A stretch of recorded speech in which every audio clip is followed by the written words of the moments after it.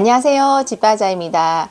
우리가 아이들이 한글을 읽고 쓰게 만드는 과정이랑 영어를 읽고 쓰게 만드는 과정은 아주 똑같습니다. 똑같은데 어머니들이 저는 영어 쓰기가 안 되는데 영어 쓰기를 어떻게 해야 될지 도저히 감이 안 잡힌다 이렇게 질문들을 많이 하셨습니다. 저도 시작할 때는 무척 겁이 나고 했는데 하다 보니까요. 진짜 한글을 쓰게 만드는 과정이랑 거의 흡사했습니다. 저는 어떻게 했냐면요. 먼저 한글을 어떻게 읽고 쓰게 만드는 과정을 생각해야 됩니다. 저는 첫째 아이가 7살 1월 1일부터 엄마 앞에 영어를 시작했다 그랬잖아요. 그때는 백지 상태였습니다.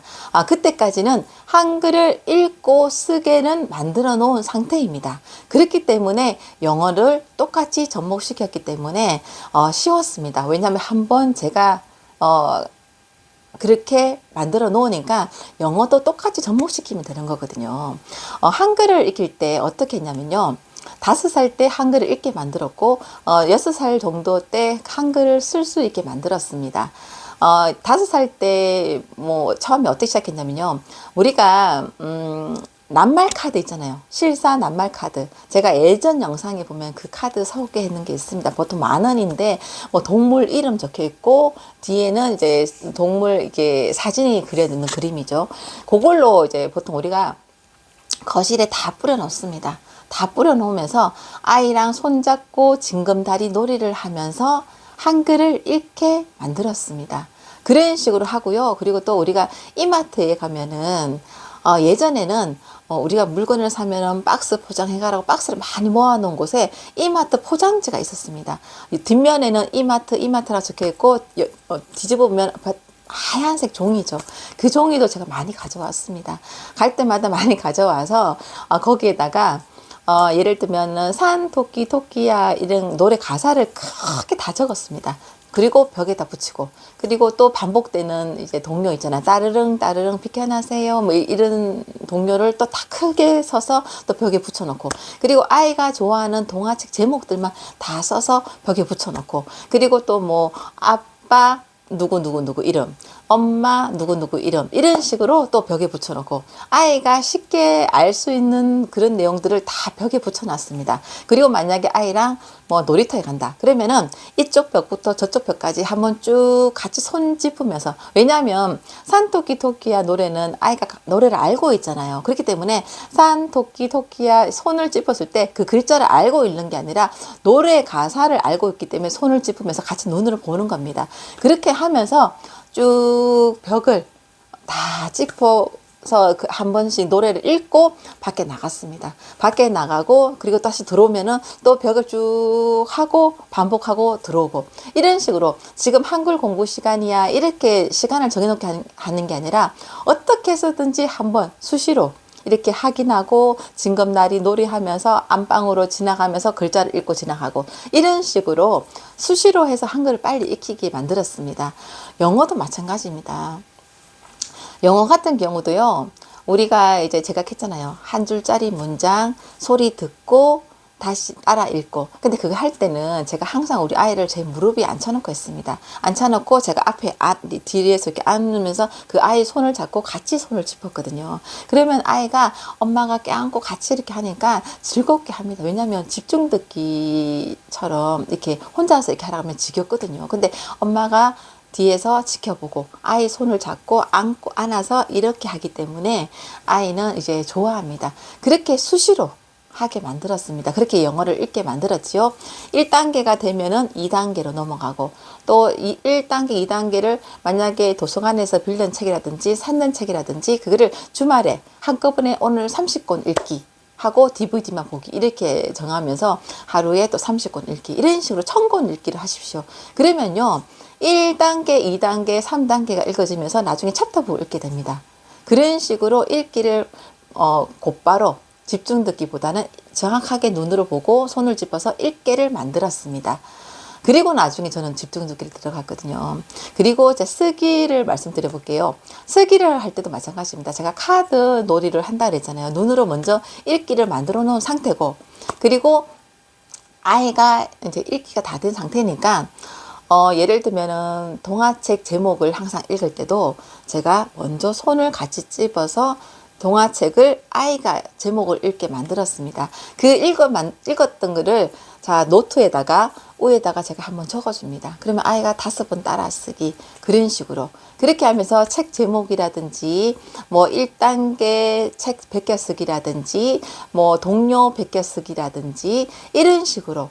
읽기 연습했는 거랑 똑같이 그런 식으로 적용시키면은 쓰기가 됩니다. 여기서 중요한 건요, 쉬운 거. 아이가 잘 보는 뭐 동화책 제목, 뭐 영어 책이겠죠. 그런 식으로 1단계 뭐 문장, 쉬운 거를 아주 충분히 하다 보면요, 어려운 영어도 줄줄줄줄 써내게 됩니다. 그리고 나중에는 또 어떻게 했냐면 한글도 그렇게 읽게 하고요, 쓰게 하고요, 영어도 똑같이 그렇게 합니다. 근데 아이가 제대로 잘 이해하고 쓰는지 엄마가 파악할 수 없잖아요. 그랬잖아요, 제가. 1단계 책은 다 CD가 있습니다. 나중에는요, 아이가 잘 쓰는 단계가 되었을 때 CD로 들려주고 1단계를 받아쓰기처럼 쓰기 시키면 됩니다. 그러면 우리는 책을 보고 채점해주면 되거든요. 그런 식으로 영어에는 다 CD가 있기 때문에 쓰기를 그렇게 시키면 됩니다. 그리고 제가 멀티플 리딩 스킬 예전에 뭐 1단계 뭐 A단계부터 I단계 책이 있다 했잖아요. 독해 문제집. 그거 풀 때도 1단계는 뭐 한 2문장, 3문장 이렇게 있거든요. 그거는 또 소리도 천천히 넣습니다. 그것도 CD 들려주면서 아이 받아쓰기처럼 따라쓰기. 이런 식으로 아이가 소리를 정확하게 듣고 이렇게 쓸 수 있구나. 파악할 수 있습니다. 그리고 제가 그랬잖아요. 영어가 어느 정도 쓰기가 되면 자유일기, 일기를 썼을 때 아이가 단어를 틀리게 썼는지 문장이 이상하게 썼는지 전혀 엄마가 신경 쓸 필요 없습니다. 그냥 줄줄줄 써내려 간다. 그것만 파악하면 됩니다. 그리고는 또 멀티플 리딩 스킬이라든지 A단계 영어 책이라든지 그거를 베껴쓰기로 쓰기 시키면 됩니다. 그리고 받아쓰기 시키시고요. 그리고 제가 했잖아요. 자연관찰책, 또 번역하기. 번역했을 때 아이가 줄줄줄 쓰다가 모르는 단어 넣으면요, 금방 뭐 핸드폰이나 뭐 찾아서 금방 쓰고 넘어가면 됩니다. 단어를 따로 외우고 그렇게 할 필요 없고요. 그렇게 하면서 자연관찰책 70권을 번역하게 만들었지요. 그 다음에 또 예를 들면 신문이라든지 뭐 타임즈라든지 거기서 보면은 내용이 잘 되어 있는 본문 베껴쓰기. 이건 왜냐면요, 우리가 좋은 글, 정리가 잘 된 글 베껴쓰기 하면서 아이가 글 쓸 때 요렇게 써야지, 뭐 기승전결, 또 잘 쓰는 글 익히게 되는 거잖아요. 그러니까 기자들이 쓰는 그 내용을 베껴쓰기, 그런 것도 시켰고요. 나중에는 제가 어떻게 했냐면요, 저희 집에 마법의 시간 여행이라는 한글 책도 있었습니다. 그리고 영어 책도 있었거든요. 근데 한글 책은 뭐 조금 이게 아까운 거예요. 그래서 제가 어떻게 하냐면요, 거풀을 이렇게 복사를 합니다. 마법의 시간 여행. 복사를 합니다. 1권인데요. 그리고 집에 요만한 크기 책이라든지 아니면 노트 큰 거라도 자르면 됩니다. 요 크기 맞춰서. 그래서 저는 요거를 똑같이 보여드리겠습니다. 먼저 제일 처음에 요렇게 목차를 적어주고요.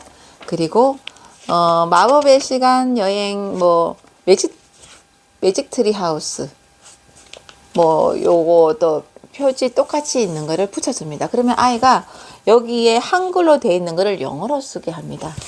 또 한 번 더 넘겨볼게요.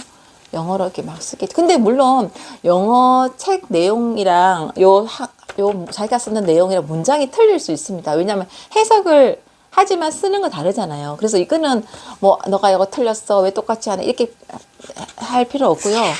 엄마는 그 페이지에 똑같은 그림 이렇게 붙여주면 이 아이가 한글 책을 보고 영어로 이렇게 쓰기, 이렇게 해서 저희가 한 권을 만들었거든요. 제가 여기다 옮기니 우리 아이 이름 적어주고 이런 식으로도 아이를 쓰게 하게 만들었습니다. 요거는 또 제 아이디어인데요. 일단은 뭐 얘가 연필로 썼는데 뒤에도 있습니다. 몇 페이지에 요렇게 그림이 있으면 그림 붙여주고 아이가 이렇게 영어 번역하게 만들고, 요런 방법도 해봤습니다. 이게 아이가 어느 정도 영어를 쓰게 되면요, 엄마가 아이디어를 요렇게 저렇게 내면요, 쓰게 하는 방법이 엄청 많거든요. 이런 식으로 저는 쓰기 만들었습니다. 제가 영어를 읽어줄 필요도 없고요. 아이가 틀렸는지 체크할 필요도 없고, 그런 부분을 다져 나갈 때는 아이가 줄줄줄 읽고 또 자유얘기를 줄줄줄 쓸 수 있는 단계였지만, 저는 다시 멀티플 리딩 스킬 A 단계부터 또 1단계부터 받아쓰기를 하루에 한 5분, 10분씩 시키면은 구체적으로 아이가 차근차근, 우리가 제가 읽기에서 1단계, 2단계 책이 중요하다 그랬잖아요. 받아쓰기 1단계, 2단계를 하면서 아이가 다시 한번 복습의 효과가 있습니다. 그리고 또 정확하게 읽고 정확하게 듣고 쓰는 연습이 되니까 그런 식으로 복습을 했습니다.